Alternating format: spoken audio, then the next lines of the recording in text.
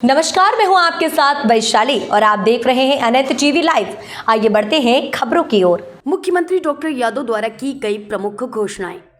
प्रदेश में संचालित गौशालाओं को श्रेष्ठ संचालन के लिए पुरस्कृत किया जाएगा। भारतीय नववर्ष अर्थात इस चैत्र माह से अगले वर्ष तक वह गौवंश रक्षा वर्ष मनाया जाएगा। चरनोई की भूमि से अतिक्रमण हटाए जाएंगे। सड़कों पर गाय दुर्घटना का शिकार होती हैं। प्रति 50 किलोमीटर पर ऐसी व्यवस्था होगी कि घायल गाय को इलाज के लिए आसानी से ले जाया जा सके। हाइड्रोलिक कैटल लिफ्टिंग व्हीकल का टोल व्यवस्था के अंतर्गत प्रबंध किया जाएगा। गौशालाओं को प्रति गाय 20 रुपए के स्थान पर 40 रुपए की राशि देय होगी। चारा या भूसा काटने के लिए प्रयुक्त होने वाले उपकरण पर अनुदान की व्यवस्था होगी। इसके लिए पंचायतों को आवश्यक सहयोग किया जाएगा। अधूरी गौशालाओं का निर्माण पूर्ण किया जाएगा। इसके लिए मनरेगा से भी राशि का उपयोग होगा। नई गौशालाओं भी प्रारंभ की जाएंगी। और सभी के सुझाव सबके साथ बैठ करके चर्चा होगी, संगोष्ठी होगी, तो निश्चित रूप से इसमें अमृत निकलेगा। और मैं माननीय मुख्यमंत्री जी को कहना चाहता हूं कि आज दिन भर की चर्चा में जो अमृत निकला है वो सब बीच बीच में माननीय प्रहलाद पटेल जी एक कमरे में थे, एक में मैं था, आदमी अखिलेश आनंद जी, सभी जगह ऐसे लोगों की अलग अलग विषयों पे जो सुझाव आए हैं। उस बूढ़ी गाय के लिए भी वो बाकायदा चूरी चापड़ ये वो, बल्कि उसको पीतल के कंदोरे वंदोरे बांध बूंद के बिल्कुल इतनी सजाते हैं। तो हमने कहा ये आप क्यों करते हो? तो बोले माँ है हमारी, जब तक दूध खाया, ये बूढ़ी हो गई तो इसकी सेवा क्यों नहीं करना चाहिए। मेरे को मन में बड़ा अलग प्रकार का थोड़ा आदर भी बढ़ता और एहसास होता है।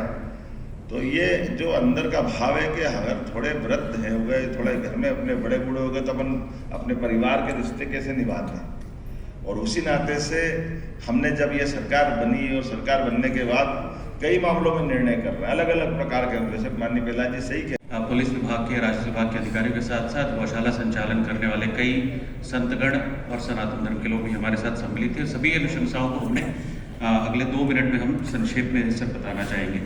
नेक्स्ट, सबसे पहली अनुशंसा जिसमें लगभग सभी लोगों ने एक रात होकर कहा कि जो कांजी हाउस के नाम को परिवर्तन करके गौ आश्रय स्थल या इस तरह के किसी नाम से नामांकित किया जाए और उसके लिए नगर पालिका अधिनियम में यथोचित संशोधन किया जाए। दूसरा जो सुझाव आया कि जितने भी मंदिर, चाहे वो शासन संधारित हो या अन्य मठ मंदिर हैं, उनमें गौपालन हेतु व्यवस्था की जाए, क्योंकि उनके पास भूमि उपलब्ध होती है, और गौशालाओं को उनसे जोड़ा जाए और इसके लिए राजस्व एवं धर्मस्व विभाग के नियमों में उस तरह के प्रावधान किए जाएं। तीसरा बिंदु ये आया कि वर्तमान नजूल निवर्तन नियम में गौशाला के लिए भूमि का प्रावधान है या पशुपालन विभाग को भूमि देने का प्रावधान है, परंतु गौ अभयारण्य हेतु भूमि आवंटन के कोई प्रावधान नहीं है। और जिसके लिए 100-200 एकड़ भी जमीन यदि देने की आवश्यकता हो तो गौ अभयारण्य हेतु भूमि आवंटन करने के प्रावधान नजूल निवर्तन नियम में संशोधन कर प्रस्तुत किए जाएं। चौथी ये बात आई कि गौ सेवा और गौपालन की वित्तीय व्यवस्था हेतु उद्योगों पर अथवा खनिज जैसे अन्य उद्योगों पर एक उपकर, गौपालन उपकर सेस लगाने पर विचार किया जाए, जो माननीय मंत्री जी ने भी अपने संबोधन में कहा। एक महत्वपूर्ण बिंदु आया कि मृत गौवंश के निष्पादन हेतु स्थल की समस्या है, तो लगभग सभी का ये मत था कि गौ समाधि स्थल बनाए जाएं और इसके लिए प्रत्येक पंचायत में कोई भूमि आरक्षित की जाए, जिस प्रकार से मनुष्यों के लिए मुक्ति धाम के लिए भूमि आरक्षित होती है।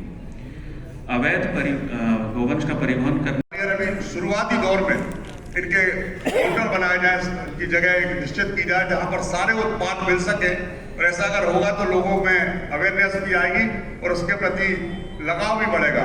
जैसे मैं देख रहा था, बहुत सारी मूर्तियां लोगों ने अलग अलग तरीके से बना के दी हैं, तो उसका लाभ होगा अगर एक जगह पे सारी चीजें उपलब्ध होंगी तो। और एक और महत्वपूर्ण बात, फिलहाल के लिए इस खबर में इतना ही। बने रहे अनंत टीवी लाइव के साथ। नमस्कार।